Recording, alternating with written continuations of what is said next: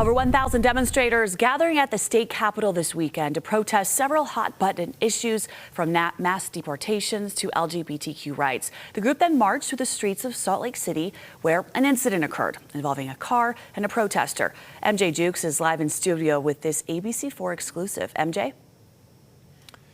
Yeah, Emily, organizers and police were aware of the demonstration and its possible effects on traffic. However, protesters of this size can create dangerous circumstances that lead to incidents like what happened on Saturday.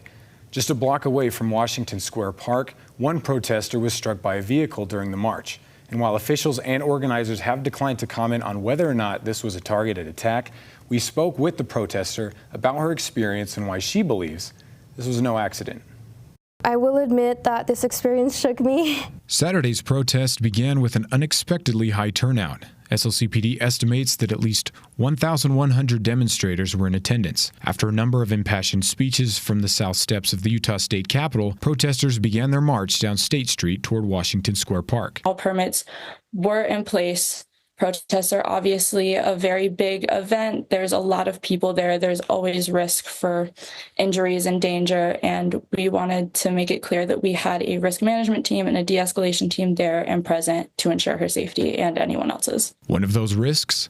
A close proximity to oncoming traffic. According to SLCPD, one driver may have become confused by the massive crowd before striking a protester. There was a vehicle that was on State Street and that the group essentially surrounded that car.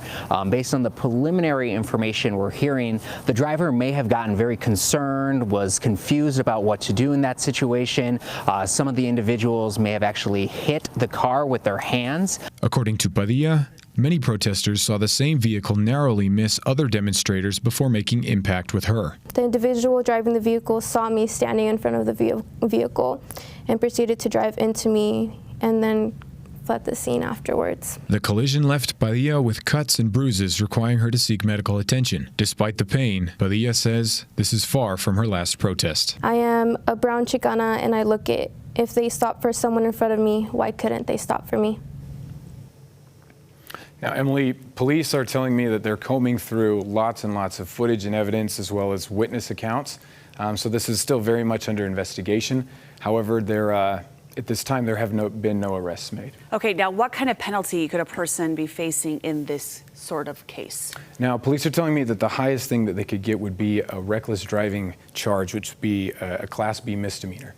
Now, this could carry up to $1,000 in penalties and even 6 months in jail. Okay, thanks so much for following up for us, MJ. We do appreciate it.